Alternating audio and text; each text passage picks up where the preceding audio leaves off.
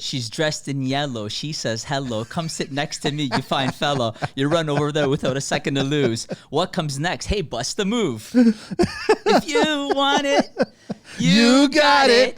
If you want it, baby, you got it. Just bust a move. Tone look. Muhammed, man. Bringing us back to the 80s, bro. Oh, man, that's when I grew up. You're younger than me, aren't you? I think we're the same age, brother. I'm 51. Fuck, you look awesome. Thanks, man. What, are we the same age? I'm there, off by a decade. Yeah, see, Listen, our hearts are one. You look about 3 decades younger than me, man. That's how you look, man. It must be that facial cream I've been using. I think it's got something to do with like the lovely family and the energy and everything you got going on. Job is good, work is good, outside of typical bullshit. But I think it has a lot more to do than that. What's that? I think it could be my breathing. No, I'm being honest with you. Really? Yeah, nasal breathing, meditation, waking up early. Not staying in this country all that often, trying to get out as many times as you possibly can. I don't stop, to brother. enjoy life. Oh, yeah. I've been 12 weeks on, 10 days off. Oh, look at that. Ever since a young age. You because gotta if you don't share that. How do you pull that off? So you got to schedule it into your calendar. That's it. That's it, Just man. take the week and take the 12 days and just do it. Yeah, listen, I'd rather go on a vacation than go through a divorce. You know what? That's the best marriage therapy ever. No, it's awesome. Plus, I get to spend time with the kids who make lots of memories. Which is great. And if you really factor it into your budget, for those people that are always on a budget, it's a lot cheaper to be able to know when you're going. Because like we buy the tickets separately, we find where we want to go, we Airbnb it, we rent a car. You know, it's worth the memories. It's true. Very good point. How do you pronounce your last name? Ali Bashev. Ali Bashev. Muhammed Ali Bashev is here from Foamit. Yes. Foamit.ca.nc? No. Foamit.ca. Oh, yeah. What? Foamit.ca.I. Okay. So if I'll tell you about the strategy behind that one. I don't know what's going on here. Okay. So you know how important back in the day SEO was? We're Yes. talking like 2 decades ago. Yeah. And then backlinks are very important. Yeah. And the strongest backlinks are usually banks, educational. You doing that all yourself or you hiring I somebody? used to do that myself, yeah. But you got a team now doing it. Oh, we don't even spend anything on marketing. It's all residual people that we've done business with. The only thing we do is a few shows a year to talk to people because we're social. The trade shows, yeah. That's the last time I saw you. Exactly. So Foamit, director, 15 years, www.foamit.ca. Email is Muhammad@foamit.ca, and on Instagram it's Foamit. Are you on any other social? Yeah, we're on Twitter. Twitter as well, too? We're on Twitter, YouTube, IG, Facebook. YouTube. Come on. You're all over the place, bro. But we just can't keep posting. What are we going to talk about? We're going to talk about spray foam and installation in general, right? That's what we're going to talk about on today's show. You're our first foam guy. Oh, man. I have not had another foam guy. Thank you for having me. I'm telling you, I was reserving it. I was reserving the reservation for you. Well, you're really making my heart I go should have put bigger. do not enter this studio unless Muhammad shows up here. Then we start talking foam, man. Where do you want to begin this little story? Well, we could talk about how the most overlooked thing during a Is? construction project is Insulation. There's only one? There's probably a few. Yeah, it's true. Insulation. You know why? Because nobody sees it. Exactly. Nobody sees it until they feel it. Oh, you feel it big time, man. I know. And then once you go with if you've ever built a house and lived in it that has foam, you do not look back. It's cozy. It's so comfortable. What foam are you using these days? We use Elastichem Extreme. Yeah? Yeah. Where's that from? That's from Ontario, Brantford. Great product. We feel like it's the most beneficial for us as applicators. It has the lowest VOCs. It's a lot more forgiving, easier to apply. Our clients like it. There's no smell to it. And you know what happens? Not even off-gassing? Yeah, 6 hours. Okay, that's right. We tell you to be out for 24 no matter what. No, I know. And that's on our contract. How was it back in the day 15 years ago when you got started? Oh, my God, man. Cowboys? Still is. That's what I was saying. There's probably even more. Oh, yeah, man. Come on. There's got to be more now. Listen, the problem with our industry is, number one, it's not regular. Installation isn't. It's not like you spend 10,000 hours. What I thought Kafka. Isn't it Kafka regulating or no? It's not. Don't get me started with those guys. All right. I don't even want to talk about that. that. They're a pocket regulator. So they are nothing. They are a pocket regulator. What they are is they're a body that gives a certification. Yes. And that's it. So basically, they say that your sprayer is good or the company is good? No, so you do the course. Yes. And then you get a certification. Okay. That allows you to spray. That's it. They don't come onto the job site? I don't know what they do. I have nothing to do with them. Really, huh? Yeah. I thought everybody needed to be associated with them. No? I don't know. I don't know how it works, man. Listen, man, if anything... I have no idea how it works. I know we're going on the record. There's a lot of things I would say that aren't very positive.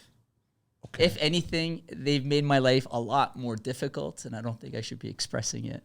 Okay, then don't. Because if anything, in my eyes, if there's some sort of unification and you want to be the best body out there, you want to unify a whole industry. You can't have any conflicts of interest. No, you have to be a leader. You got to put people together. You got to bring out the best in everybody. You don't got to think about your best interests. But are they not, without getting us in trouble? No, I'm with another thing called UFC. You're a thing. That's what I thought. Yes. So, but I is there not a conflict of interest with Kafka where there's a little bit of favoritism to certain brands?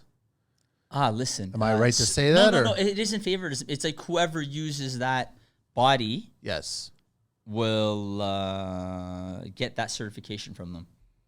I totally forgot. I'm wearing Chris's shirt, Dr. Marble and Granite. I was right. You got to get me a tee, man. I love that guy, man. So then, you know Chris as well, too, don't you? Oh, yeah. Yeah, Legend. so yeah, of course he's a legend. Look at that, eh? Out, hard man. work, look at that, eh? I don't have a tee like that.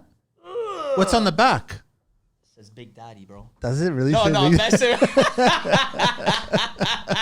What does it say on the wife? It says It says Foamit. All mine. I like the sleeves, man. Hard work and dedication. It's been like, it's all over varsity jackets too, man. Okay, so then hang on a sec. Stay close to the mic or bring the mic towards you because I know you're going to be all over the place. Yeah, I'm a little bit fidgety, I need to put 4 mics on you, man. That's what I need to do. You should just put one on my chest. No, I can walk around when we're talking. Okay, so back to the Cowboys. Back in 15 years ago, and now there's more Cowboys now. What is it, Yellowstone now, or what's going on? Like, how bad is it out there? Listen, man, I'm going to tell you one thing. I focus on myself. I don't look at who's doing what. But you got all I know is I got a good system in place. I'm really good at training guys. I could clone guys. We have some of the best applicators. What other people do, I do my best to tell people how we do things. I don't compare. Is it a race to the bottom with clients, though, when you guys go in and price, and then all of a sudden they say, hey, somebody else was here, and they are willing to do it? You tell me where it isn't like that. I know. It's everywhere in So construction. what we do is we're really lucky. People already probably have heard of us or we've done work with them. Some contractors don't even care about a price. They go do the job, send us the bill. That's it. They trust us. You built a relationship. You built a brand. Yeah, brand, definitely. We're very well known. Brand. Everybody knows you for that, too. No. You don't want to mess her up. You already know that you're going to deliver a high-quality product. That's it. That's it. And you know my team. Like, if you come, you know most of our guys who've worked with us. Oh, I want that guy, that guy. Oh, he's coming there again. Oh, yeah, awesome. Guys are taking lunch to our guys. They're bringing them coffees. They have their numbers. They call them directly. If there's an issue, they could call them. If they want some extra work done, yeah, fine, do it, man. We don't care if there's an extra wall you want us to do. Is there a mad rush now to the end of the year kind of thing, man? Listen, the rush starts in September and it doesn't end till January. Where are you going to next? Where are you traveling next? We are first week of February. I'm in Revelstoke with the family. Nice. Second week, I'm in Nelson, BC at Whitewater for another week of snowboarding. Nice, man. Yeah. How old are the kids? My kids are 3 and 6. Snowboarding? Yeah, I got my little one. He's 3 years old on it, man. He's a bullet. But he just goes and he goes too quick. He falls over. Pick him up, go again. Yeah, exactly. My daughter did not want to like train with me. I guess I'm a little too hard. Sometimes I tend to forget I'm dealing with kids, right? Say, come on, you can do it. But they heal fast. When they break, they heal fast, don't they? Oh man, listen. Let me not like us. We had my kids on ATVs at a very young age. And that's your kids are 3 and what? 3 and 6? Oh my God, my son's been on ATVs. He was like Since 2. 2? Yeah. When's he going to start spraying? Honestly, if I can find the right suit, I'll have him in crawl spaces by next year. Get him into the little tight spots there. Yeah, exactly. No, man. Seriously? So he's ATVing already? Oh, he's ATVing, man. I'll show you videos. When's he going to buy a bike? Oh, I don't know if the wife's going to allow that. Listen, that's what we're getting to. He doesn't care. So, like, when we give him the ATV, he rides it, not knowing, like, to steer at that time. He's steering now, but he wasn't steering back then. And then he'll go right underneath the trucks and hit his head. And then he's damaged up. You know, I try, like, wiping it off. The wife sees him all banged up, you know, black and blue. But he's fine. The next Just day, don't tell mommy. Just don't tell mommy. Oh my God, I take photos of it to look back at it and laugh. That's hilarious, man. I'll probably pull up what I'll show you what the kid looks like. I'll take a look at it later on, man. Let's get back to business, man. Okay, so how is the industry these days? Better or worse? Getting better? Getting worse? Depends. I think it's getting better. You still love it? Oh yeah, man. I'm so passionate about it. I wake up every day. Never lost the love at all? Not at all, man. Seriously? No, not at all. Never had any bad experience? Fuck, I'm on a beach and my toes are in the sand and I'm like already practicing spraying. Like, okay, fuck, I'm gonna get back. Are you still on the gun? Oh, are you fuck? Yeah. Seriously? You're not training and just let them do it? I'm trained. Yeah, we have guys trained. But if I'm doing a custom house and we want to be You'll done do in a it? day, You'll pull the trigger? I was gonna be on the trigger today if we didn't have that accident. What accident? Remember? No, it wasn't an accident. It was a situation. No, we were picking up material. Okay. And then we get material delivered in totes. We don't get it in drums. Yes. And what happened was the tote slid off the forklift. And then it just, you got to see the video. Where did it land? In my shop. No. And the tip, so like if, you know what a tote is, right? 4x4 high. Yeah. And there's like a screw on top. It fell. Everywhere? And it, like a volcano. And it shoot it. And like, if you look at the video, and like, first thing that I called the office, I go, hey guys, I go, get the video. I want to see how I reacted under pressure. Like a play-by-play? Oh yeah, I didn't even miss a beat. I ran, I put my hand right there, stopped it. And then we tried, so what happened was we bought another generator and there happens to be another generator in the way and we can't even, so now we have to move the fucking generator. The generator is long. Our forks aren't long enough. We got to get around the other way, the short side. And it's just like, we're on, it's going by the second. Does it look like a fire hose? Like it's just shooting right out? The guys are still at the shop cleaning. No. Yeah, man. We've that been there bad? Oh, yeah, because by the time you white everything, absorbent down. No harm? Like the single chemical is fine, right? No, it's fine, man. We had no drains anywhere anyway, so we're lucky. Wow. We're just wiping down doors, wiping down the fridge, wiping down the whole thing this. emptied out? The whole thing? No, believe it or not, I saved it at half? 20%. It's not bad. Well, still thousands. So hang on a sec. So it fell sideways. How it was just being picked out, like pulled out incorrectly, imbalanced? I was the one in charge of the forklift. So everybody left, and then what happened this morning was delivery comes around 6:30, whatever time. And today they go to me. No, so I got there. When we got there, they're like, we're going to be a little bit late. All right, cool. Okay. So everybody went out, and I was waiting. I stayed back. Okay. So when I was doing it, it literally slid off the forks, like slow motion. I saw it in my face. I couldn't. Anyways, the bottom line is, did we recoup? Were we on top? Yeah. No, anyways. And that's why I wasn't on the gun today. And this is why I happen to be with you today. So the stars aligned and we're here together. Well, the truth is that something negative happened and you saved it and you ran into action and took care of it. And the team is still working on it. And that's it. Well, you know what I learned? It's a learning experience. I think on my policies and procedures, we got to put a chain to the forklift and the tote. So that's like extra strength, So safety. Yeah. Because I didn't have that, so I'm not like, oh, we'll put that there. So next time we don't lose that much money again. How come they don't do drums? We got a different setup, brother. That's all it is? We're a way different setup. Streamlining? No, it is. We go through a lot more material, number one. Plus, you know how, have you ever tried using canned foam in the wintertime? It's more difficult. Nothing comes out. It's too cold. It's too cold. So the most important thing is you got to keep your material, both sides, at room temperature. Because your machine only operates Delta 50 Fahrenheit. Oh, interesting. I didn't so when your material's cold and you're pumping foam in someone's wall and you don't have the right temperatures, you're not going to get the right We're going to have a problem. Yeah. And we have a lot of those. How are the inspectors with you guys these days? Are they all? I mean, I think because of us, they give us we've worked with so many of them. We know you see them all the time. Yeah. And you're not hiding anything. We got nothing to hide. Right. That's why. I see Plus, a lot of guys. Plus, we're all certified. They outright it. Now it's become the same thing. Daily worksheet, certification, scope of project. You'd be surprised how many guys that have you got to ask for this crap.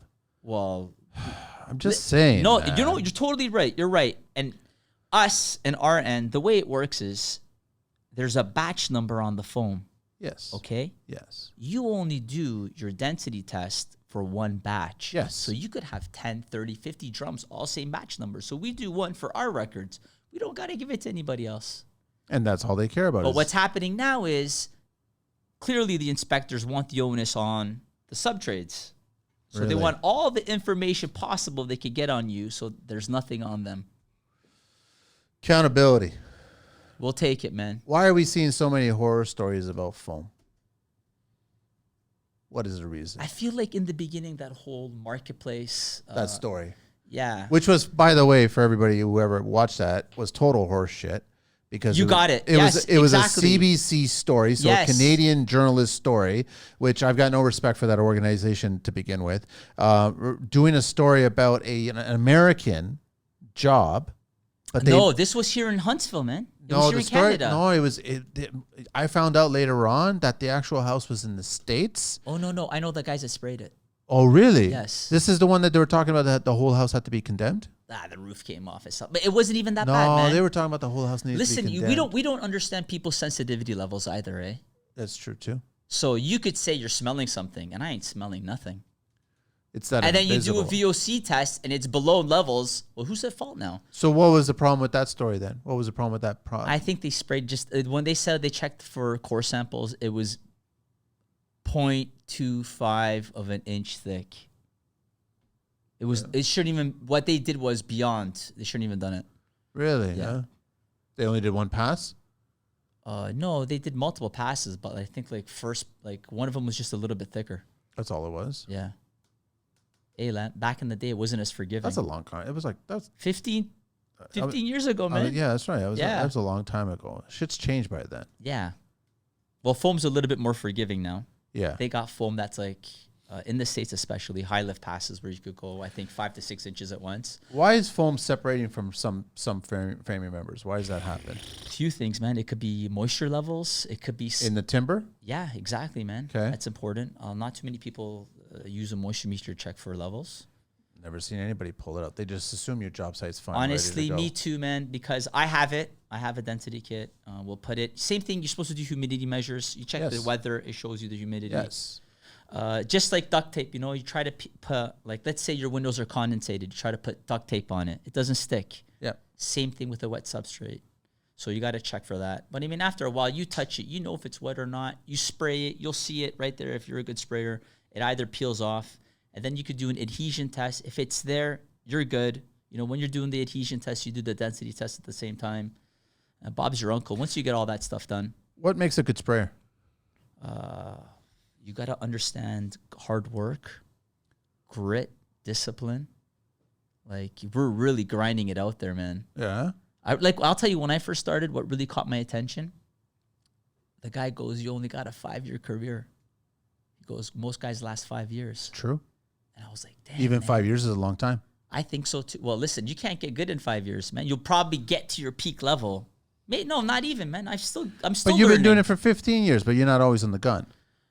Listen, yeah, but I do different things, right? I take supplements. I take a lot of vitamins. I take fish oils. I take stuff for my joints. It all helps you? Yeah. I don't drink pop. I drink a lot of water, black coffee. I watch my diet. I eat no junk food. I don't eat sugar. I mean, I got to be optimal at all times, right? Mind and body. I think everybody should be the same way. Because if you want a long career, like let's say you want 20, 25 years, well, guess what? You better watch what you're eating. Put it in your body. I had a crew show up one morning, man. Just reeking of pot, eh? I had to send them away, man. I had to send them away. I had to, man. If the client smelled it, I'm on the hook. Okay, this is when you were on a job. Oh, so yeah, I this is thought they my... came here and you're like, guys, no, here I it. don't give a shit. Smoke pot. I mean, I don't care, but I mean, I can't smoke inside here, but... You only get one shot at a good first impression. That's why. You can't be smelling like booze. You can't be smelling like weed. You got to be clean. When they speak to you, try and be as well-spoken as possible because they got to have confidence in you. Yes. You're putting a chemical in my house. I'm not staying in there. I'll stay there for maybe a minute at the most to see what's going on, and then I'm out of there because I'm not going to wear the suit. Listen, bro, you'll know who's good right off the bat how they start doing prep. Yeah, I know. The way they walk in there, man, if you got that swagger, you're like, okay, man, these boys are ready for war. They're ready to rock and roll, and they're lining up the window spacing properly, taping it properly. Or even if they do a walkthrough, Yeah. hey, Manny, by the way. What do you want to do here? Yeah, What do you want exactly. to do here? What do you want to do here? I know. They got to follow up with you, If they man. don't speak to you at all, and I'm like going, dude, man, do you not want to walk through this shit? And this is where it gets, you're right. See, having good communication is important, but how about the people that English isn't their first language? Construction is its own language. We can communicate. Oh, okay, yes, Easy man. enough to communicate. Oh, yeah. I bet you any money, take anybody, any immigrant, anybody, and I'll be able to communicate with them on a job site about that specific trade. Listen, I man. totally will be able to communicate. I'm the same way. I got that skill. It's years of traveling in foreign countries and not knowing the language. Yes. And number two, for us, you want to be a good spray former, you got to be psychic, man. First of all, there's no trade out there that wears a mask for 8 to 10 hours a day. You guys with are a the suit only on. ones. Yeah. That's hard on your body. No shit, man. You're basically an astronaut of construction. And guess what? Back in the day, we didn't have Wi-Fi and stuff, so we couldn't listen to podcasts. You guys can listen to podcasts while you're spraying now? Oh, bro, I listen to everything, man. Seriously? Yeah. You got the headset inside the suit? No, man. I put it in my ears. Oh, and then you my put the mask suit on. That's smart. So now you could either listen to music. Or podcasts. There you go. You probably man. listen to a podcast of you teaching how to spray. No. I'm like, Can you imagine? Just like, and they're listening to you, man? There's no way you could explain it. Yeah, No, it's all hands you have on. to show it. Yeah. It's touch. You're a painter. There's more to it than that. I You got to know. understand. First of all, you got to learn to drive. Because that's a lab on wheels. If you don't know how to drive a truck or a rig to the job site. That's a serious point. That's a very serious. And let me tell you, man, the way MTO's going. They love pulling you guys over because they know there's chemicals in them? They love pulling. The way I see it, I've been seeing it. I don't know if I told you this. No. It seems like they like pulling over anybody who's working. Who are we going to get the most tickets from that are going to pay? People are working. Hey, listen, man. Our shop's down by Dairy. I get off at 4:10. 7 o'clock, I see police setting up shop. 9:30, I'm heading back. They're leaving. Well, why are they there from 7 to 9:30? Pulling them over? And giving them tickets. Are you kidding me? You got it. Tickets for what? I don't know. Maybe they see you without a seatbelt. They see you on the phone. They're giving tickets. This Really? isn't MTO. We're just talking regular police officers. Wow. Hey, man, got to pay for WordWorks or something. I know, but those are harsh tickets to begin with. And it's think almost like fishing in a barrel, right? Oh, man, it's not listen, fair. And that's how I feel about MTO. Like, there's been times, okay, you pull me. They ask certain questions, right? And they'll ask me, and I'm really, really respectful. And I'll be like, listen, man, that wasn't on my G exam. Because, like, our trucks are hydraulics, right? Yes. Hydraulic brakes. Yes. And we're under the weight category, so we could drive with the G. Okay. And I see where they're going. They're trying to catch you to do something. You know, hey, okay, listen, man. I'll tell you exactly where the brake lines are. I see what's going on here. The nipples have been greased. The exhaust is fine. Like, it's intact. All right, he realizes that. You know. I'm on top of the game. Yes. Same truck, a week later, younger guy gets pulled over. Crack in, there was a crack in my front bumper. They took the plates off the truck. Like, come on, guys. Our shop is not even a block away. You're pulling our plates off. Wow. They're being that strict? You don't know who it is, right? You don't know what kind of day they had. Maybe they had a bad day. They're taking out on somebody. It's not right, though. No, I don't think so. I think they should have a list. Their job is to keep us safe. Hey, man, let's have a talk. You're doing this. You know what this is? Or let me offer you to this course. Let's go here, do a weekend course, and learn more about cars so we have more educated drivers on the road. I agree. But I don't think that's what they want to do. They want to give out tickets. They want the tickets to be out. You ever fight? No well, reason listen, to, eh? I do. I'm not proud to say it, but I've used to have a lot of tickets. And the funny thing is, when I went for the examination, like, you know, you get too many tickets. Oh, I knew the guy. You too? You've been there? I've been there. We all been there, man. It just happens. I haven't been there in a while, but no, same here, man. You got to smarten up eventually one day. Oh no, I'm really good. Last 5 years, I'm a rock star. Perfect. I'm like an old man. I know. No, I wouldn't say I'm an old man. Oh, listen, no, I drive so cautiously. Speed limit and everything? Oh yeah. Oh, first of all, I live where the 410 finishes, right? You remember how they extended it to Ontario? Turns. Yeah, when it turns. Exactly. Okay. Now watch this. It turns, and I live right on Ontario up the street. Okay. There are mornings I wake up and there's an undercover and 2 police officers on a Sunday morning giving tickets to churchgoers. There's a mechanic down the street that I go to. I'm usually within 5 kilometers. I deal with so my personal vehicles in Caledon or commercial vehicle right across the street. I got diesel truck mechanics. Yeah. And the guy was telling me when they completed the 410, You ready for this? What is it? The first year they gave out enough tickets to pay for the construction costs of the highway. Do you wish you could spend less time estimating jobs and more time doing them? Complete estimates faster and more reliably with the integrated graphical takeoff tools in PataBid Quantify. No time to learn a digital estimating platform? No problem. PataBid's new marketplace feature connects mechanical and electrical contractors with qualified estimators looking for contract work. Quantify provides the virtual space for estimators and contractors to share estimates and collaborate directly on our platform. Go to www.patabid.com to book a software demo or sign up for a free 2-week trial today. From what? Is that little Giving out tickets. That bottom little stretch where it changes? Exactly. Yes. So you got to be certain kilometer. Now I've been there so many times and I'm like, this is a trap, man. Oh, they got me going snowboarding. I used to go up there to Blue Mountain. They got me on there too before back in the day, but never thought about it till I moved there. Now I get on that street, old man Muhammed, just slow and steady, 80 kilometers an hour. Even so what? Watch this. So when the highway finishes and it curves, it drops. Yes. It's 90 now. It gives you one sign to let you know that it drops. You got to know. I know. My son was born February 1st. I rushed my wife to the hospital. He's born. I'm going home to get my daughter to bring her back. Right at the curve, I get caught. Now, this is the only time I could play this card that I've had a child. I go, listen, I'm really sorry. I'm excited. I got to pick up my daughter. I live right there. And he's like, all right, man, just give me your license. I've never eaten a ticket in 30 seconds. It's for your safety. He goes to me and I was on my way. So it's a bad spot, man. It's not a fair spot. This is why, like, I truly appreciate, the boys in uniform, but they have to play with us, man. Hey guys, let's do this, let's do that. Don't be shooting they just us down. Quarter, man. They just want to get tickets. That's all we got guys in place right away. We're in court, anyways. Let's talk a little history and construction. You ready for this, man? Oh yeah. What do you want to know? History. What do I want to know? I'm sharing the information. History. What do you want to know? Here, read it. Let's do it. Here, I'll tell you. History of spray foam insulation. Polyurethane foam was created by a German industrial chemist named Otto Bayer in the 1930s. Yes. In the 1940s, the technology was brought to the U.S. by the president of war effort conglomerate called Mobe. It was used in military and aviation applications. In 1953, Walter Bowman blendometer combined chemical components to create the expanding foam now used in home installation. The original machine required the user to mix the foam manually, so it was insufficient and expensive. The first dedicated spray foam machine was made by Fred Gusmer in 1963. The spray foam nozzle made the installation more efficient and affordable. Correct. Ease of installation and energy crisis of the 70s made spray foam very popular.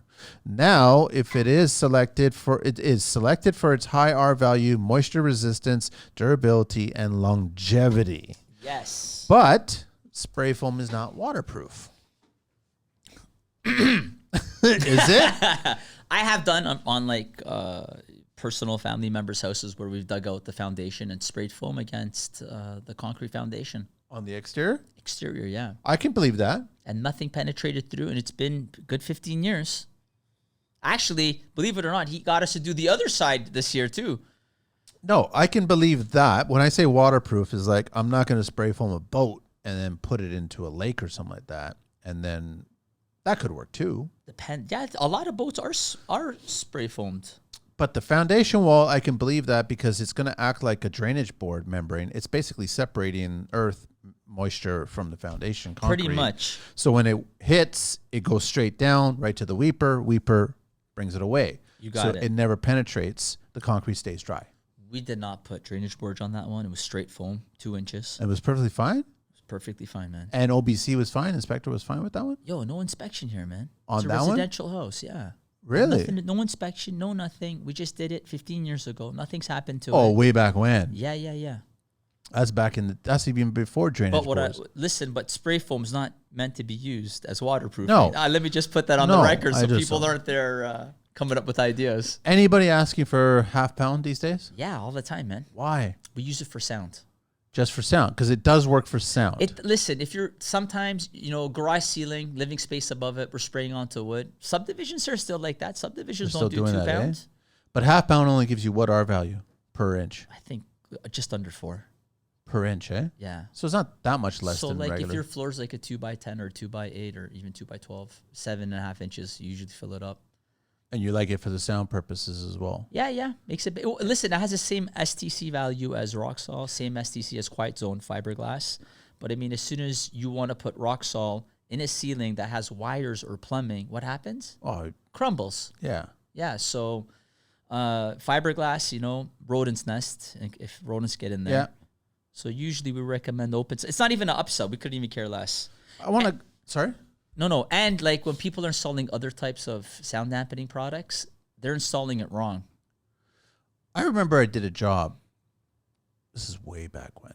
Used 2 pound foam. Yeah. I was getting these emails. I got ants in the house. Like, okay. Well, we think it's coming from where the window well was being foamed, right? Sure enough, like we discovered, and termites or ants? Because no. Well, ants. I'll get the story unfolds. So, they say that if you see one ant in your house, like a black carpenter ant, it's by fluke. If you see a second ant, there could potentially be a nest. If you see a third ant, there's a nest, right? So sure enough, they saw 3-4 ants. So we traced it right back to the window well that was foamed. And sure enough, opened up a little section of it, and more ants came out. And then all of a sudden opened up a bigger section of it. Now ants with wings came out.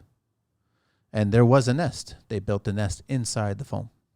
Whole nest inside the foam. You could dig through it. I've seen termites go through it too. I asked at the time, Kafka, I was like, dude, I thought I was under the impression that ants don't eat through foam. And they go, they don't. And I'm like, listen, here's some pictures, man. I have a nest here in the foam. Have you ever seen that? Yeah, I have. I got pictures of it. So too, if they're saying that, listen, there must have been something to make a nest. There must have been an ideal condition, food source somewhere, or they were protected. Moisture or something. There's got to be an ideal situation for them. So that's why they would start growing there, because they like, we're pitching tent. This is our house. Probably. But I was surprised that they ate through the foam. Yeah, termites do. They will go through the foam to get to their food source. Really? Rodents do the same thing. They'll dig a hole if they got to try and get through somewhere. Wow. But it's so airtight that even if they dig a hole, it becomes a vortex, the pressure difference. Yeah. Uncomfortable living environment. They're out of there. Do mice like it? No, mice don't go through it. No. They don't touch it. I've noticed rodents in general don't like it. So, but rodents will nest in fiberglass. And yeah, totally. Yeah, we see it all the time when you open it up, and you see all the black spots and then all the mice poop and stuff. Haven't you ever? Every attic has mice poop that has fiberglass. Where do they? It's the time of season now. It's the winter. They all come inside. Oh yeah, well there's a little bit of heat there. No one's bothering them. It's comfy. They have no predators. It's like a duvet. There's food's right there. Yeah, it's a duvet from HomeSense for the mice. That's what it is, man. Exactly. Let's hang out here. Food's downstairs. So how many guys are there nowadays, man? Are there too many spray foam companies out there, or what? Everybody's getting on this train. There's too many of everything. Too many bad. Too many good. I don't focus on the bad, brother. Like I said, so leave it alone. I don't even know who's out there. All I know is what we do. I come to work, make sure everybody is better than they were yesterday. How many guys you got working for you now? There's 9 of us right now. 9? How many crews you got? There's 3 crews. Wow. But we have 8 trucks, 5 spray foam, 2 blown in, and then 1 just floating truck. Wow. So even if something breaks down. That's the whole point. You always got to keep a spare rig. Ready to go. Exactly. Just in case. Listen, man, no one likes getting screwed over on their schedule. Like even if we were friends and you liked me, hey, Manny, we got to bump you. Ooh. It's going to hurt. Muhammed, we're not friends anymore. I know, it's going to hurt, man. Yeah. And then not only that, like the jobs we're doing, these, like, 10,000, 15,000, like even bigger, not residential houses. The mortgages they carry on that stuff, you delay somebody a day or two, that trickle effect is phenomenal. How did that job work out? The one that I showed you? Showed me, yeah. That was a massive job, man. We haven't even started it. We're waiting on I thought the green light was before. Yeah, just before I left. Yeah, bro, we got the check's ready for you. Okay, cool. I can't come right now. We're too busy. I'll come when I come back. Okay, I'm coming. So they're waiting? They said the check wasn't ready, and then we're waiting. It's got to be all snow up there now. Listen, I couldn't care less, man. We're just too busy. So they're going to have to wait Number the winter? one, we don't even follow up. Like, We'll talk to people. We'll send them a quote. You call us when you're ready. If you're not, that's okay. I understand. What was the delay? Foundation? I have no idea. I didn't even ask. They weren't ready. I don't even know what they're doing. I haven't followed up. That I just was called. Big. How many square feet? That was like over 10, wasn't it? No, actually, no. It was 14,000 square feet of foundational wall. So, jeez, what was it? 1,200 linear feet. But then they added even more there because of the garage was there. So it came to like 2,000 linear feet. They wanted more done. But I'm not going to pull the trigger for not getting that deposit check. You got to wait for it. Hey, listen, that's how it goes. You give us a deposit, you get on the schedule. You don't give us a deposit, you're going to wait in line. Price-wise, where are you at? You're bottom, mid, high? Fair? Honestly, I don't know what the other prices are out there, but all I know is what we offer is, we're certified, insured. We have a heated warehouse, heated trucks. The product we give out there good. is as good as it gets. So for us to make a healthy margin, that's our price point. Like, I don't sit there, oh, he did it for $2. No, man. The clients never... I don't even know. They don't renegotiate. They don't say, listen, Muhammed, come down 2 points. No? Some people do. Depends. As soon as they do that, we'll try and make them happy. 2 points ain't going to kill us. No. But half, yeah, you might end up with a black eye. Someone's asking for half? No, man. You know the people that don't know nothing about construction? No way, man. You can't run a business that way. For us, it's different, though. We know exactly what our numbers are, and there's only so much we could do. If you want a great product, a good quality install, that's our rate. Why did you get into foam? Oh, man. You don't even want to know the story. I do want to know the story. That's why I asked the question. As a family, we all lay floors. Been at it forever since teenagers. Okay. But we work for this insurance restoration company. Okay. Buddy was leaving. You guys want in on this? Yeah, sure, man. It sounds like, we already do a lot of work for you guys. I had a cousin that was PM for another insurance restoration company at the time. Okay. You probably already know their names. And Buddy had a truck at the time. And he was going and he said, usually every job we do, we need this. And no one's doing it. That's what you think no one's doing it because no one's marketing correctly. Everybody has a truck. So long story short, he didn't sell us the company, sold it to a friend, and we had already given him the deposit, which he didn't refund. But I did. Hey, Buddy's going away, man. You got to make up something. Either you pay him the rest to get a truck, or he's gonna walk away with your money there. I double checked with another company to see at the time La Pola, and I was there, and one of their sales guys was Jeff. Okay. And I wanted to get a price, and then it came to like 100 and something thousand, whatever it was. And then Jeff's like, so anyways, that was my relationship with Jeff. And then we came across that truck and I go back to Jeff again. Hey man, I go, there's this truck for sale for this price. And he goes, who is it? And I gave it. And then he goes, buddy, I built that truck. Buy it. He goes, that's a steal. So that's how I ended up with the truck. And then you kind of had to choose one trade because the way it works with foam, if those lines are not pumping material, those lines harden up. And you're going to at least a lot of problems. Crystallization, off ratio so you're foam. pretty much spraying every day. Oh, yeah, man. All trucks. What happens during the holiday times or something? Oh, it doesn't matter. It depends how you operate. Really, there's a leniency. You could probably wait 2 weeks, a month without pumping nothing through it. And it'd be fine still at that point? But once you get to 2.5, 3 months, it does harden. No, that's too long. Well, there's ways around it. Like you could pump. There's certain chemicals out there that will loosen it up. Hot flushes. Okay.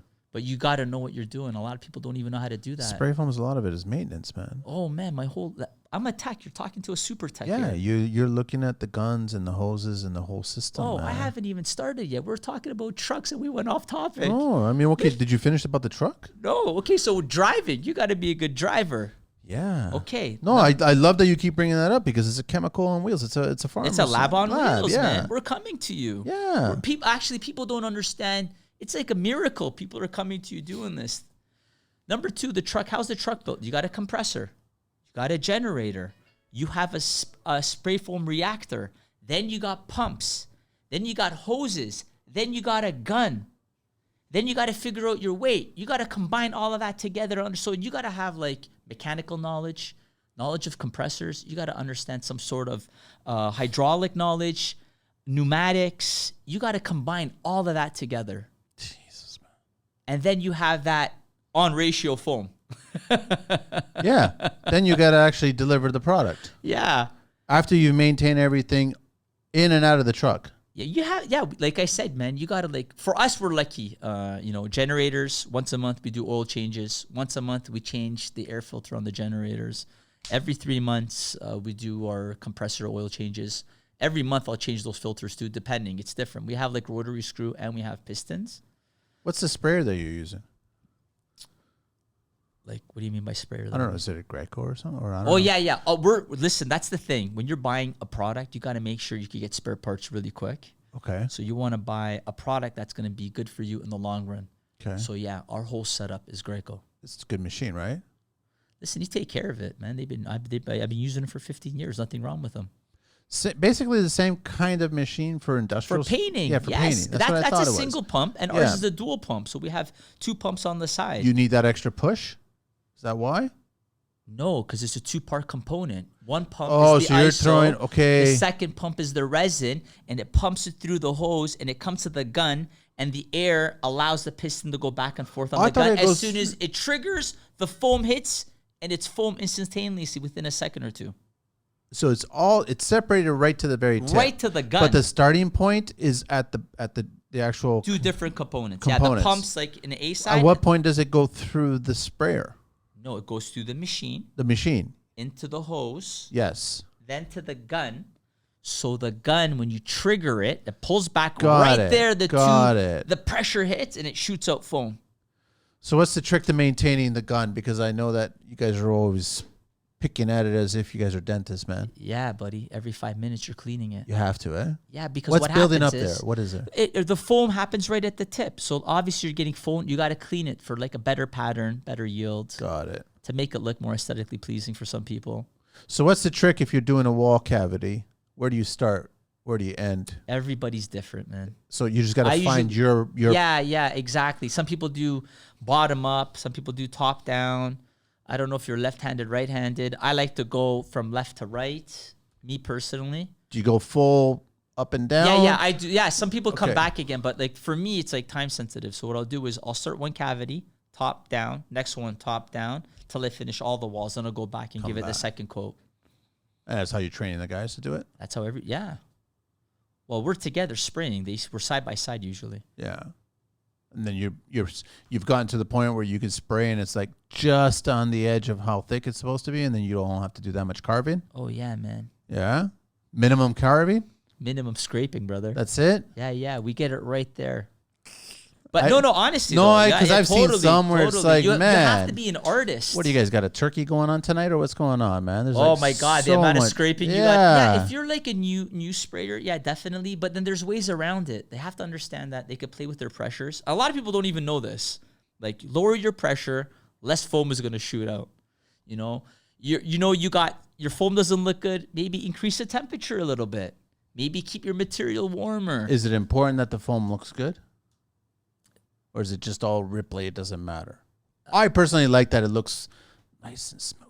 Yeah, listen, when it looks nice and smooth, you think the guy spraying knows what he's doing. You assume it. Well, it's funny, the other day we did a job for a guy that's a professor at a college, and he was complaining that the foam didn't look smooth. And we're like, this is really good foam here. And he's like, and he pulls out a picture. He goes, that's how I want it. And I go, that's our job site. And I know who sprayed that job, and it's that guy, So it just depends on that day. It could be humidity levels. It could be the substrate you're spraying on. Yeah. Like, it's really hard if you're spraying a Quonset hut, corrugated metal roof, onto brick, block walls, a dimple board in the basement. Yeah, it could be tough to make it look smooth. What are some of the painful jobs that you guys have done? Spraying what? Oh, man. One that comes to mind is probably York University, where they only had like 18 inches of clearance underneath it. What was it? They had these old buildings. We had to go underneath it, remove the fiberglass, and then spray it. And the guy kept telling us, I'm going to check. It's like, buddy, your belly won't even fit through that hole. What are you checking? Tight? Really? It was really? Oh, my God. Your mask is touching the bottom. And you're spraying while you're in there? This is where confined spaces training comes in really handy, because everybody knows what to do. Something happens, you could rescue the guy because you don't know. Somebody could fade. Something could happen. Yeah. And it's a scary job if you think about it, man. Look just happened in Mississauga. That water main broke and a guy drowned there. No one's even talking about it. What happened there? Buddy, I don't know, man, but that's scary. I wouldn't even put myself. Sorry, man. Yeah. I just get so revved up when because I'm so, even for my guys. I don't know what happened put there. anybody in a position where they're going to get harmed. Yeah. Because you got to figure out if not something worth it. happens, how can I get them out? This is your team. So I don't know. Somebody put that guy in their water main went, they lost that guy. And it's hush, hush. We've heard nothing about it. We haven't. We just saw all the chaos there. Lots that of was it. police vehicles, ambulance. And I yearn for that family, man. You see your dad going to work that day, you don't see him back again. Who's looking out for that guy? And you guys being in tight spots and you got a suit on, but if you're moving around and you scratch yourself and now you're having exposed and all of a sudden you're getting chemicals inside your system. Listen, you have a mask on. That's most important. But then you have a Tyvek suit on that protects you. If it rips, is it really going to get there? I don't think so. No, but I mean, it's just like you can panic, right? It's easy for. I panic more around asbestos. Really? Oh yeah, man. I don't want that one bit of fiber coming into my lungs. I know. It's bad. Like if I knew there was asbestos in a house or micolite and they removed it, even if they tested it, there's nothing in it. We're not doing it, man. I don't want to do it. I don't want my guys to do it. I want no one in that house. Just bring the team to do it, man. No. I look out for them, man. I care about them just as much as if I wouldn't do it. I'm not going to stick anybody in harm's way either. You guys also do blown in. Oh yeah, man. You don't touch bat though, eh? No. Just blown in. Well, we're pro foam, obviously. Are you sucking out the old blown in too? Yeah, we do that. The big vacuum? Oh yeah. Let me tell you, man, we did a lot of jobs back in the day where I'll share a story with you. You tried doing it and you got sucked up No, on the machine. no. It's a powerful vacuum, man. If I've- that catches you, you're fighting an anaconda in there, man. Especially in a tight little attic. I was a spectator on this one, man. So yeah, we were having it all sucked out. And yeah, they use, what is it, an 8-inch hose or something? A 6-inch hose? It's a huge hose, right? Man, And with that 20 horsepower engine. it sucks. You'll suck, right? And it's amazing how fast it just sucks the material out of the attic. But I follow the line and it goes to a bag and the bag starts to grow, starts to expand as it's filling up volume, right? Listen, brother, you better stay away from that bag. So as the bag was growing, I'm noticing this little pinhole on the top. So you know where this is going? Bro, yeah. So this bag's on the front. The pirate's going to happen This is to the you. front lawn of the house that we're about to renovate, and this is how we're starting the job with it being sucked out all the old blown in, right? So I'm watching this pin, and I'm looking at the guys, and I'm like going, should we be concerned? He goes, no, we're fine, we're good. Oh, yeah, put some duct tape on that quick. So he left it alone, and the bag kept on growing. And that little pinhole kept on. Oh my God! Shooting I know where up. this is going already. And I'm just man. watching Christmas this, came and early I'm that literally, year. I'm just backing up. I'm just backing up from it, right? And then I'm just standing there, and the crew's inside, and I'm just standing there, and all of a sudden, pop, and it just went everywhere. Oh, I know. It was like it was snowing in July. Oh my God! And it was all the blown Cover in. your face. I ran away from it, man, Yeah. like it was a nuke or something. And it was just like it was everywhere. So crew comes down and he goes, "What happened?" And I was like, "It's like, look, What do you think happened, man? that little pinhole." And so he's like, "Oh, damn it!" And he's freaking out. It's like, "Listen, I'm out of here. Have a good evening." You took off, yeah, I because they're took gonna off. make you sweep. I got nothing to do with this now, right? I'm like, I have nothing to do. I walked away. I get a phone call in the morning. We were there until like 1 o'clock in the morning cleaning everybody. They were vacuuming the whole fucking neighborhood. You have to. The whole neighborhood they were vacuuming. Yeah, man. Man, put a piece of duct tape or something on that hole. No, there's a trick to that. What's the trick? Let me tell you. So What's the trick? I already. It was entertaining. I'm telling you that right now, I bet man. I would have been there right away because I'm always like, if I see guys, I'll run out, introduce myself. Hey, man. I was like, I'll put a tape. You want me to put a tape? No, don't worry about that. It's fine. It's all good. Don't worry. There's another. Okay, so what you do is those are the little nails and rocks That hit the bag. So you gotta there's this gadget, right, that you connect to the two hoses before it gets sucked into the machine. There's an output too. Oh. So since it's harder, the nails fall down and it collects the nails. Smart. They didn't do that. And the other way around it is, we do a little bit different. We have the totes, we put the bag in there, and then we have the hose up high and it blows down. So we're That's not blowing even better. to you. We're not blowing it to anybody's house. Because that's volume. I know. We're in a confined space. If it blows up, it's blowing up inside that truck. Nobody's going to get hurt. Because the worst thing is, something goes in your eye and you got, It looked like a volcano erupted. Oh my man. God, it's horrible, all man. over the place, man. You're it was like funny. You beeline like. Psh. I was just like I heard it. It's coming. It's gonna erupt. Run. That's another thing. Sometimes they fill it up too much because there's different types of bags out there. It's true. You have bags that could take a little bit more pressure, and then obviously everybody buys a cheap bag because you don't want to spend so much money on the expensive bags. Doesn't that shit get heavy though? Like it was just on the launch. Shouldn't it be on a trailer or something like that so it's ready to go? Holy fuck, man. They're going to break their backs trying to lift that thing. Well, not now because it opened up. Again, back to safety. What I'm telling you about people doing this. Yeah. Like, yeah, somebody told them, I don't want like lifting anyone heavy weights. Put it in the back of a truck, blow it in there when you go to Maybe the they're dump. thinking it's blown in. It's really light. Oh my God, it's It's so not heavy, light. man. It's heavy, man. Cellulose is heavier. Yes, it is. Holy. So you guys use the same? No, you don't use the same nozzle sucking it out as you do blowing it in. No, you Smaller. blow in with a 2 2.5 inches. inch. Yeah, Yeah, that's what I thought. Right. Well, so what's the blown in product that you've blown in? we use climatizer cellulose. I know that. Okay. Yeah. First of all, great product, great service. Yeah. And they're close to our shop. Are they really? Yeah. All bags, right? Yeah, they come in bags. Yeah, and then you just do the conveyor meat grinder thing or whatever it is. Well, right? you got to cut open the bag. Yeah, and then put it in. Yes, there's like a hopper in there. It chops it up. What do you think about the big box and them offering that service to DIYers? Listen, man, the number one complaint we get, once they get mold, oh, well, I paid so-and-so big company. Listen, brother, you sure done your research. Where are they now? That's a good point. And then they're getting upset at us for us rectifying the issue. And charging you the right price. Yeah, sorry, man. Like, I know you paid a lot, but it's not our problem. You paid something for a trial run. No, that's exactly. Listen. That was a trial price. We used to, we get so much work coming in, we'll sub a lot of work back in the day. After using 1, 2, 3, 4, half a dozen guys, we notice a lot of guys do not operate the way we do, man. They don't put baffles in. They don't care. They cover soffits. They don't extend. Like, for us, if it's a tight attic, a 4-foot baffle is not going to work. You got to extend it even further. So add another one, man. Make it 8 feet. Because when the building inspector goes in there, sell a house, what do? They don't crawl in the attic. They go in there. They turn on the flashlight. Oh, I see the baffles. They see the very top of it, and that's it. And that does nothing. You got to warrant some sort of circulation. Because I agree. Everybody tends to forget the importance of ventilation. Now, it has multiple good factors. Number one, summertime, when the sun's beating down on that roof, radiant heat, that could hit hot as a sauna, 80 Celsius up there. Anybody that's worked in an attic in the summer months. For guys like you and I, man. I know. We've been in there crawling. It's an oven. So if you have really good ventilation, it's 30 Celsius outside, guess what? It's going to get closer to 30 Celsius. Now your second floor isn't going to be as hot, and it's going to be bearable. Now, another thing is if you had proper insulation up there too, it'd be cooler. Wintertime, same thing. Let's see, anything in your attic is air permeable. You lose the heat.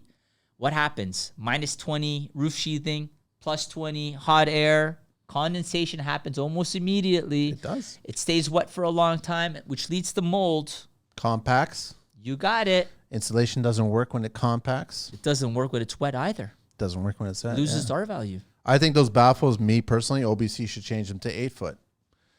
We've made custom ones 6 feet. Yeah, I've done them. I've made them custom as well too, man. Because I don't like the 4 foot ones. They're not wide enough to begin with. I don't think you might as well use the whole 21.5 inches, whatever it is. Well, it depends if it's 16-inch off center roof or 24-inch, most right? engineer roofs are 24-inch center, right? Yeah, you get your handcuff that might be 16 or something. But we just did one yesterday. The front of the house was 16. The back of the house was 24. It's whatever they felt. Monday or Friday. Oh, no. It was an addition made, right? So. Oh, that's why. Yeah. So we did the same thing, baffles all the way up. We want people to see. OBC talk. We're doing definitions these days. All right. Ontario Building Code. What's an earth pit privy? Is that right? Wait, we've sent these. When have we said these? Earth pit privy? I think we've sent these. I think I've said these. I'm pretty sure I have. I think I've done it and I've done it. Well, you know what? Hang on a sec. I think I have because I remember saying this. Latrine, because it's got the word latrine. I was telling you about Top Secret. Remember the character's name, Latrine? No, not on the show. I was telling that to you. Let me do F. I'll do F, which is OBC definitions. Starting off with what's a fixture? Well, we know what a fixture is, man. Device discharging sewage or clear water waste with a floor drain. Fixture drain, a pipe connecting a trap to another part of a drainage system. Fixture outlet pipe, pipe connecting a waste opening to a trap. Fixture unit, the hydraulic load imposed by the fixture on a drainage supply system. Flood level rim, it's the top edge of where water can overflow.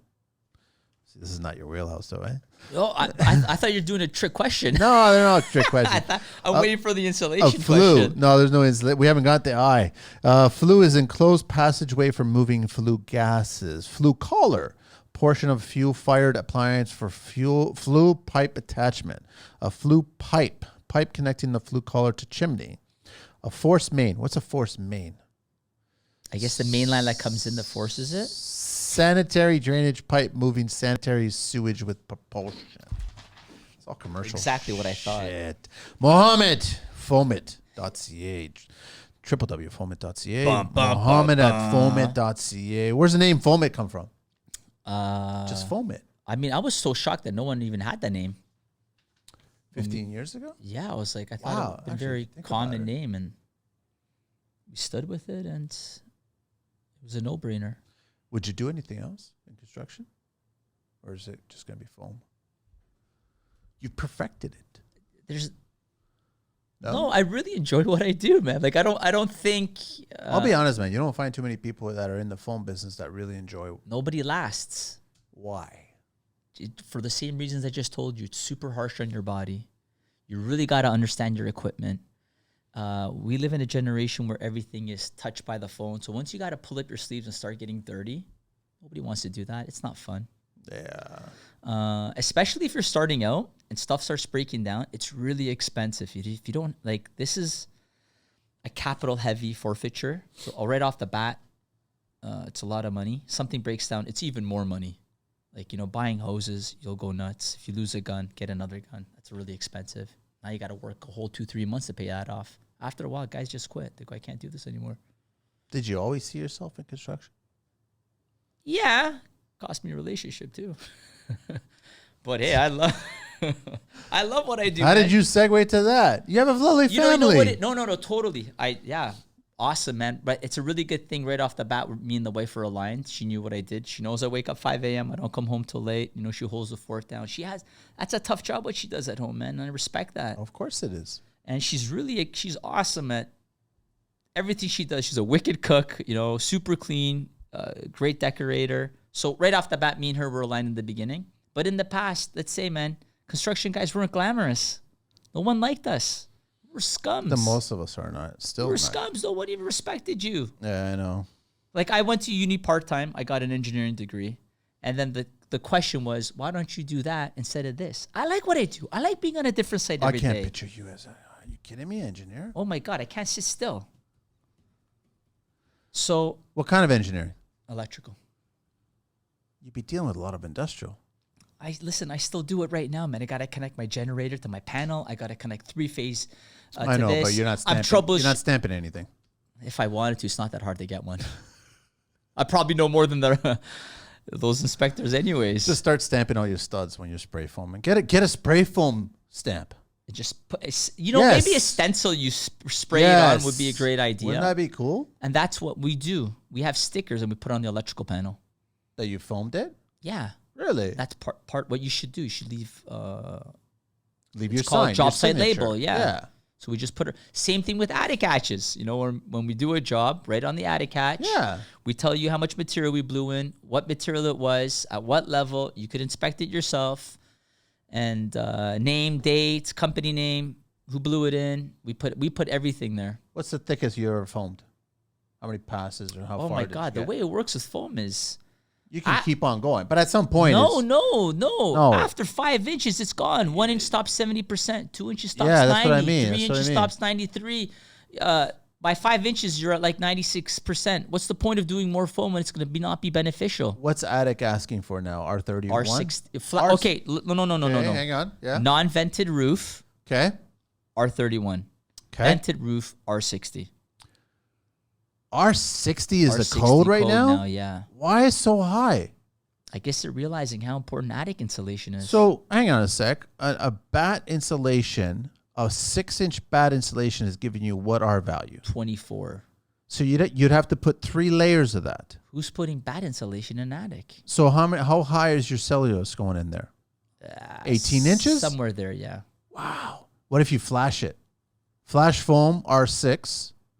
Personally, like if you flash your attic, you don't even got to do attic insulation. But to get your occupancy permit, we need it. I flashed it. I think it's kind of smart. Yeah, no, totally. And then blow in the rest. No. Listen, we do some houses where they don't put up a vapor barrier. They put up the drywall. You got to get the right pot light covers. Yes, and the insulation ones. Yeah, and you give it that 2-inch. It's cozy, man. It's actually cozy. I can tell you so many houses that are way larger than the average house, and they're only paying $100 a month on gas in the wintertime. People need to understand all that cold air coming out from your basement is all exiting from your roof. If you block it from your roof, when you flash it in cellulose, you keep it inside your house. You got it. I'm no building science expert. I don't have a seal. I'm just saying that's what I've learned. Not only that, you've probably felt it. Oh, 100%. You feel it. Totally, man. But you go into these older houses when you start doing the work. First of all, there's nothing. There's nothing but raccoons. Yeah, sometimes. Right, sometimes. They're all just sitting there, hey, what's going on? No, but there's nothing. And if there is something, it's like bats of crap, right? Yeah. Bats from what circa 60s? It's got paper on the back. Man. Sometimes 50s. you run across like foiled drywall on the ceiling as well. Then you have paperback bats in the ceiling. Then you run into, what's it called? Lath and plaster on the ceiling and walls. What was that crappy blown in stuff back in the day? Are you talking about? It was almost like a oofy. I don't know. It was like a shredded, almost a shredded pink. It was just. Sounds like fiberglass from what you're telling me. I think it was like a fiberglass blown in crap, and it compressed all the time. It never kept its volume. It was itchy as hell. Ugh. Itchy as hell. You get anywhere near it, it was itchy as hell, right? So like you're itching for days. That's the funny thing, man. Yeah. It touches you. I don't care about you taking cold showers for the rest of your life. You're still gonna itch, man. A good 2 days. Yeah. That's the trick, Don't take a hot shower. You're gonna be itching. I'm taking even cold longer. showers every day nowadays, anyway. So Nice, I don't same care, here. Right?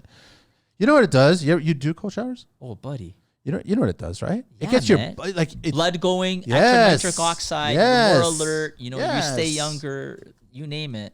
You like it burns when you first do it, and then you start getting used to it, and then you feel warm. Change your breathing, man. That's what I got. Like my shower. I love that you do all that, man. My shower, I have 2 shower heads. So I'll turn on the cold. Oh, you do hot and cold. And then I go, and I'll try to stay as long as I can, a minute or two. Then I hop back in the hot if I can't do it. What does that do to you? I haven't tried that. What does that do to you? Like what It just makes, I'm used to being uncomfortable. So the cold makes the blood flow faster. Yeah. So you feel warmer. Well, my heart rate starts going really Yes. quick. But then what does the hot do? It kind of tones it down? Well, I'm not cold anymore. That's all. So it comforts mellows you. me out right mellows away, you out. yeah. Because that's what I've been told that's the best thing to do is you jump into a sauna. Then from the sauna, you jump into a You're supposed to bath. hop. Yeah, exactly. Yes. We do that. I see the guys now. The ice bucket, they have The they ice sit in baths, it. but they're using the recycle containers. Correct. And they're diving into that Yeah, thing. they're staying in there as long And as they I'm can. like, I don't know about that, man. I'd have to order a new one or something, that brand new Well, one. you could try it in your own bathtub. No, mine's always. Oh, the bathtub. Yeah, but the problem is that. How would you get all that ice? I tried that. I ran out of ice, man. You're gonna need to bake. So I started just doing the cold showers, man. Yeah. But the ice bath is supposed to be really, really good for you, man. Totally. So that's funny that you're doing that. When did you start doing that? Forever, man. Ever since well over 50 years ago. Really? Because, when your muscles hurt, you got to do cold compression, hot compression, yes. cold, hot. That's how you fix things. Since then, but then again, when we built our place, we did the same thing. We put 2 so I could do hot and cold. I'm trying to get my wife into it. She does not like the cold water. At all? No, man. But she's from Australia, right? Yeah. Australia or New Zealand? Australia. Sorry. We've been there too. Listen, there's a difference, man. I don't want to offend. Definitely. I don't want to offend anybody. I don't want to Those offend Kiwis. anybody. I love them. What else you want to talk about, bro? We talked a lot about the business, man. Yeah, we can't. One thing you have to, what happens to us, you have to understand how each machine functions. You got to understand how your compressor works. Are the guys getting it when you're teaching it to them? My guys, yeah, man. They're champions. Yeah? Yeah. Where are you finding all your guys? Listen, I'm a scout. You're always on the look. Like, somebody that shows interest, we're going to take them on. Oh, you want to know? Listen, buddy, we'll let you learn. You know right away, first week, some guys, either they have it or they don't. Of course, especially that trade. And that's how it is. Do they want to keep a mask on? Are they having a good time? The guys right now, I remember the first day he started, he goes, boss, I love this. Really? We had a winner. Why do you love it? I didn't even ask him. We just work.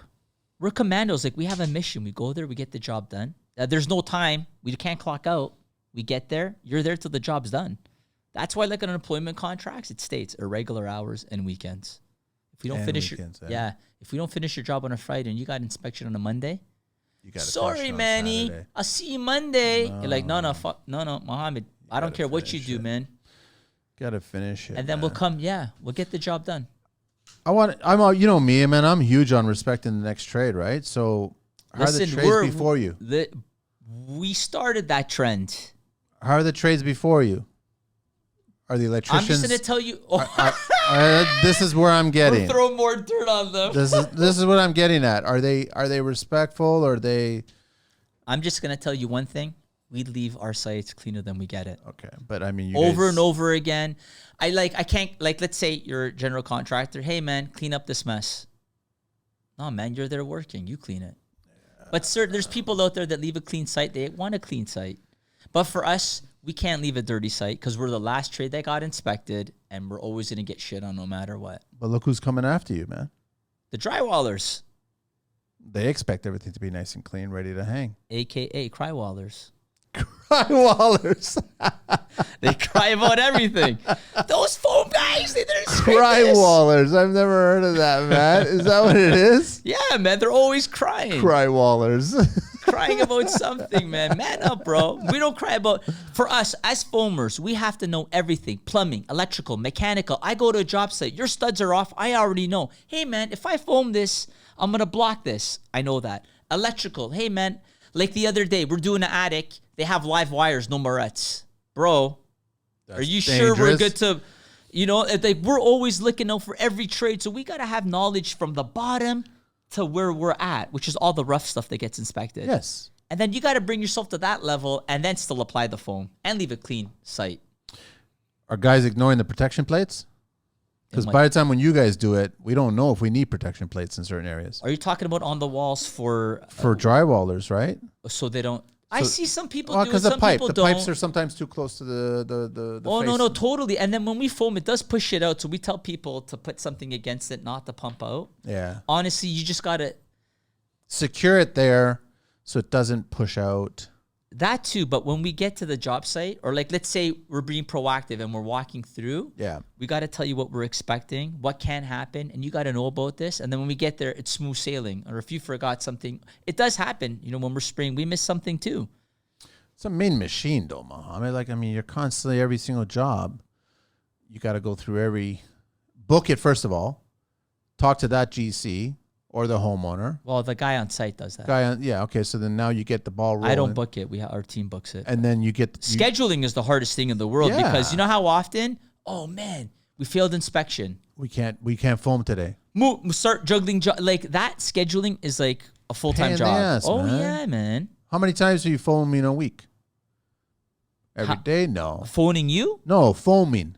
I'm foaming? No, how many times are you actually spraying, man? Me? Not your crews. Oh, we're foaming every day, man. Every day? 6 days a week. Wow. Hasn't stopped? No, we're always working Saturdays. So the guys are making good money. They're doing very well.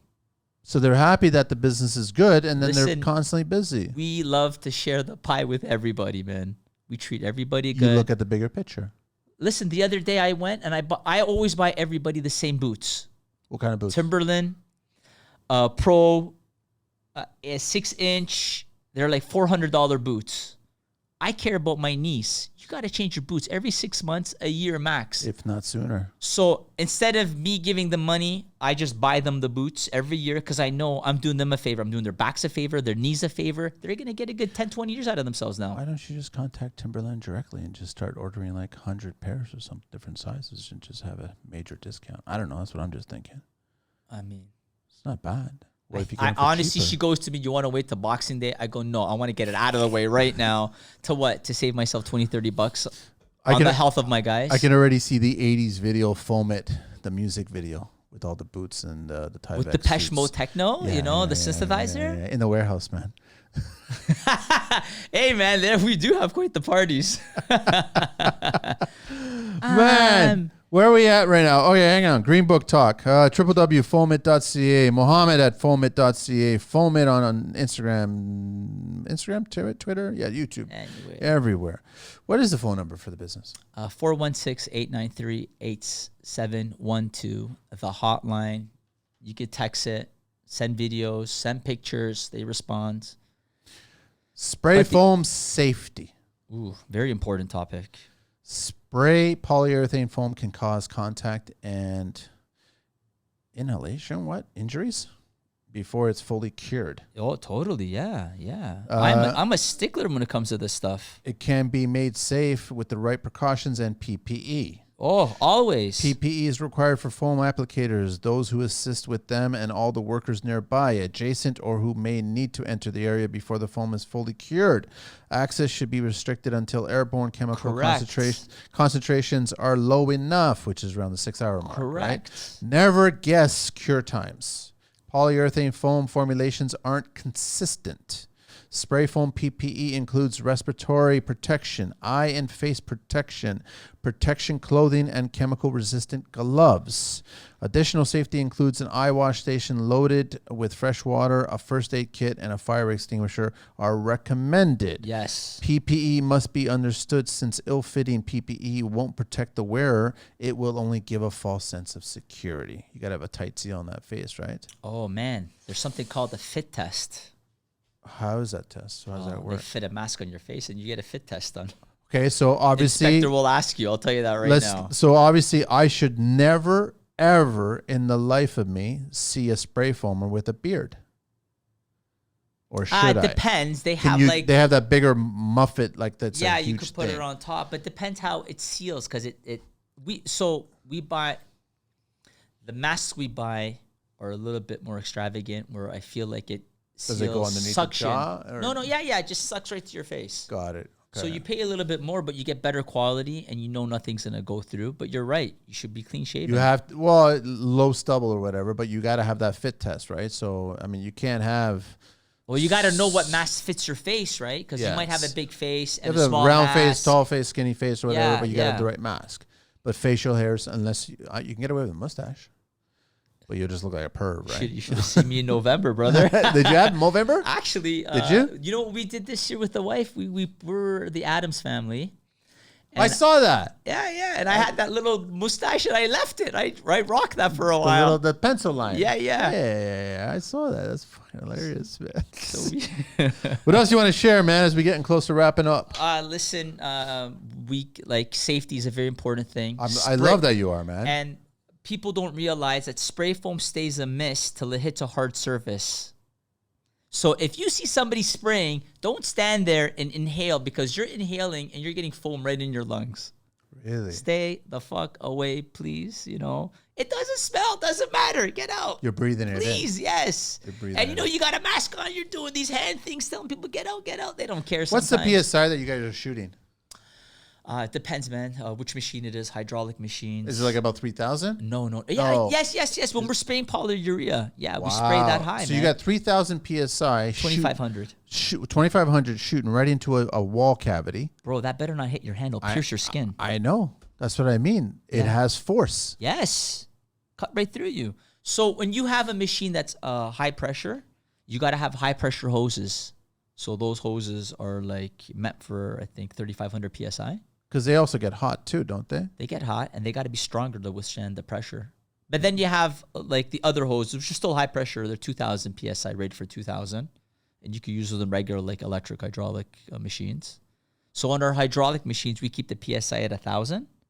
And sometimes electric will keep it at 1,150. But once again, it's up to the applicator and how he feels. Wow. They'll kind of adjust the temperature there. You know what? A lot of people don't think that spray guns are not dangerous, man. They think it's just a spray gun. It's just air. It's dangerous, man.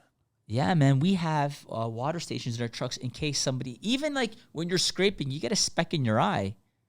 It's happened to me plenty of times where I can't even get it out. I got to go to what are they called there? Optometrist. No. There's another one that does the medical one. Where they put dye in your eye. Well, you got to go to a specialist. Yeah, they put dye in your eye and they find it and then they kind of scrape it off with a knife. Been there before. I've been there with a metal filing. Ooh. Right on the edge of the iris. You know what's funny? Happened to my uncle when he was younger. Something went in his eye. Forgot about it. When I had safety goggles. I just want to let everyone know I had safety goggles on. This is communist Bulgaria back in the day. Something went in his eye. It just recently went for an MRI. They wouldn't let him in. Because it had still had it? So, they detected it? Yes. As soon as he was laying down there? Is that what? That was it. He had to get it out after. Whoa. How crazy is that? He had it there the whole... That long. Wow. Never got 40 years. infected or anything? I guess your skin grows over it. That's what they tell you. Something goes in your eye kind of grows over. You won't be able to get that little dust particle off your eye. I watched it as she was taking it out. I was like, you could feel it come out. Out of your eye? Out of the little metal, like a little... Oh, I bet like a sliver, yeah, man. you could feel it come out. And I was like, Oh, out of your eyeball, eh? Yeah, right on the edge of the iris, man. Oh, that's a good one. I fucking hated it. It was Legend going through that. It How long happened. did it I didn't stay? think anything stayed. It was only there for 2 days because the next day I woke up, my eye was... Pussy. No, it wasn't pussy. It was irritated. And I felt like something was in my eye. I couldn't see it. You don't even get good sleep then. If you got something in your eye, you lose your REM sleep. You're so screwed. It's moving. So I went to the optometrist. I went in there. His name is Manny. So, hey, what's up, Manny? Manny, how's it going, Manny? So then we sit and he shows me, he goes, yep, I see it, Manny. I can't touch it because of the medical establishment. If it's on the edge of the iris, he can't touch it. You have to go to a specialist if it's in the iris. If it's on the eyeball, he can touch it. So he sends me to the specialist the very next day. I walk in, she numbs it, and she pulls it. She looks at it for... She numbed your eye? Yeah, so what does she put? A chemical in your eye? No, a little drop, a little yellow drop or something. So she And numbs what color was your eyeball after? Like was it yellowish kind of thing. Shit, now I wonder if... I thought they put the dye in my eye to find the particle. Maybe they numb my eye. No, they just numb it because she's literally going to get a tweezers and go right in. So she's like, I see it, 2 seconds. I see it right there. Literally took a half a second. Oh, yeah, you didn't trip out? I was like, okay. And she goes, okay, don't blink, don't move, don't whatever. And she took it out. I go, you done? She goes, yeah, I'm done. Out. And then she showed it to me. It was like so fucking tiny. Yeah, those things ruin you, man. So tiny, man. Even if you get a splinter like that. It was the infection. That's what both doctors were worried about. It was just the infection. They said it could have gotten infected. Just because it was an old, rusty piece of metal. I was cutting some nails off for sistering some lumber. As long as you had your shot, you're okay. I had my shot and I had my goggles. It just snuck around the side, right? That's all it was. It happens, man. But part of the trade. Yeah. You took it. Well, you're right about the particles because I get the hell out of there and I never stand behind them or anywhere near there. I look at it from a distance, man. I'm like, you could feel when you're standing there, you could feel the air. Not only that, you feel the heat because it like the reaction happens then. It's like if you're that close, you're already way too close. Yes. Don't even. You see a hose go inside a house, stay outside. Wait till they go to the second floor and start touching the main floor or whatever. They start from the top down. So go to the second floor and touch it and go, hey, look, it's hot. Right. It stays warm for a while. It does. It does, man. Well, usually it gets ambient within 20 minutes. But 6 hours airborne, right? 6 hours. And then it starts to basically be done from that point, correct. Right? But we tell people built for 24. How does it work for the winter months, though? Is it a little longer temperature-wise or no? I mean, depending on the setup you have. You could well, if it's new construction. You could spray up to -10. Really, huh? Yeah.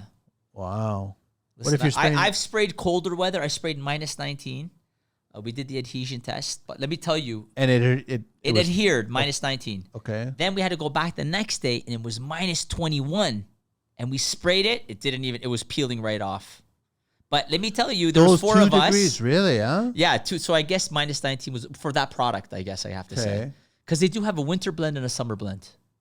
Wow. The winter blend kicks in once it gets closer to 0. What is there, like eggnog in the winter blend? What's going on? I have no idea, man. Like, probably something that makes better adhesion, really. Some Hennessy. Yeah. That's some Hennessy inside there. Yeah, 2 degrees, really? Okay. Yeah. And then there was like 4 of us, and we had like a heater in the truck, and your fingers freeze in 15 minutes where you can't clean out the drill bit, because the drill bit's really fine, right? So you have 15 minutes, your hand freezes. Next guy goes in, and it takes you like 30 minutes to thaw out your hands anyways. By the time you're warm, it's already your turn. But we smashed that commercial. It's a tough job, dude. Oh, listen, man. Anytime you work in the elements, your body takes a beating. We work in the elements. Nobody gets heat till we have insulation in the house. Guess what? We never get heat in the house. You never get heat. But we bring our own heaters. We have diesel dry heat, and then we'll block off areas. You can't have an open flame. Well, Can you? No. We don't leave it all day. You just blast the heat there. Okay. The substrate, it gets warmer by a few degrees. It gets hot really quick, actually. People don't realize that. Once you tarp it off or poly it off, you get that heat blasting in there in no time. You give it your first pass, you're okay now. Next wall, first pass. Once the first pass is in, it stays warm. I remember those, man. We like those cold. Brother, it's around the corner, man. That's why back in the day, I used to spend more money on wool undergarments. Like they work. Yes, they do, man. They work. Now that you can find them for, like back then I was paying $150 for my bottoms, $150 for my tops. Now you get it for $10 tops and bottoms at Walmart, which is amazing. And they look really good quality stuff. There's working wear out east there. He sells them the original ones from Italy, man. Oh, nice, man. I got a pair myself. Wool. Awesome. Wool. And he goes, these things are, and they're super warm, man. Oh, yeah, man. Super warm. I just asked him, why don't you, he actually gave me another pair. So I asked him for those ones to have the butt flap. But he didn't have those. Those the Italian ones don't do the butt flap. But he did have the classic red ones with the butt flap on it, eh? Yeah, because he goes, yeah, but why do you want the red ones, man? They're not as warm as these Italian ones. I go, yeah, because I love the fucking butt flap, man. Just, you know. Yeah, because back in the day, the outhouses were outside of your living quarters. And you just took the you 2 buttons, and then you flip it down. And have you ever stayed in a house like that? In our village, it was like no, that. Let me tell you, man. No. Even getting up 2 a.m. to go to. So really? You're like, oh man, what? I just hold it in, but you can't, and you're like, crap, I'm going in the dark. They gotta spray foam those. Oh, they don't believe in spray foam there, man. They're mud huts. My father's house, mud hut, still standing. Oh man, let's do the 12 questions. All right. www.foamit.ca, Muhammed at foamit.ca, Foamit all over YouTube, Instagram, Twitter, everywhere. Ready for this? Super excited. 12 questions. What is your favorite construction word? Usually, I think I say please a lot. Hey, please, guys, can you please do this? Please put on the mask. Please put on the fans there. Please. You're the first one to say that. It actually makes it really nice. What is your least favorite construction word? Oh, when people swear at one another. What turns you on in construction? A clean workplace. What turns you off in construction?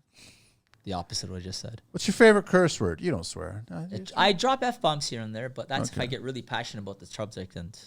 But then I got kids, and then, you know, as a leader, you don't want to be giving that type of energy. But it's okay to swear. Yeah, just put them on an ATV when they're 2 years old. Yeah, hey, man, it builds. I'm not disagreeing with it. I'm praising it. What is your favorite vehicle in the entire world? Favorite vehicle that I have? No, that like you what want. I think that I want? Your favorite vehicle, anything in the world. Damn, I'm very non-materialistic, man. I know. So what would you choose? My favorite vehicle. You got me Trump, brother. ATV? Well, I'm in the market for a snowmobile. I don't have one, so I've been kind of considering. There you go. Snowmobile it. Yeah. It's cold, man. No, it's not. I just, listen, since I'm so used to the winters, I want, I know. No. Like, I might contradict myself that I spend the winters in Australia, but you spend the summers in Australia. Yeah, exactly. Canadian winters and Australian summers. I do enjoy winter sports a lot, and I'm trying to get my family into it. So we want snowmobiles to go up north. Yeah, like come on, we have some of the best trails. Yeah, we have Quebec, wicked trails. Yeah, I know. What's your least favorite vehicle in the world? God, I see beauty in everything, man. Like, it's such a hard thing. There's no bad looking vehicle out there. Listen, I might call it a road bump or something. You know, those little Honda Fits. But I mean no ill will against it. No, still gets. Like a lot of people actually share this. They said anything that gets you to point B. Hey, listen, man, it could be a donkey cart. I'm happy with it. Yeah. What construction sound or noise do you love? Man, the sound of my reactor pumping. What construction sound or noise do you hate? Oh, probably a jackhammer on a hot summer day. What profession other than your own would you like to attempt one day? Underwater welding, probably. It's dangerous, man. That's a dangerous gig. I live on the edge. What profession would you not like to do? Probably a dentist. Last question. If heaven exists, what would you like to hear God say when you arrive at those pearly gates? Been waiting for you my whole life. Muhammed, thank you so much for sneaking me in, man. I know you're a crazy, busy individual. Love your positive energy and vibe, man. More and more crews should be taking notes.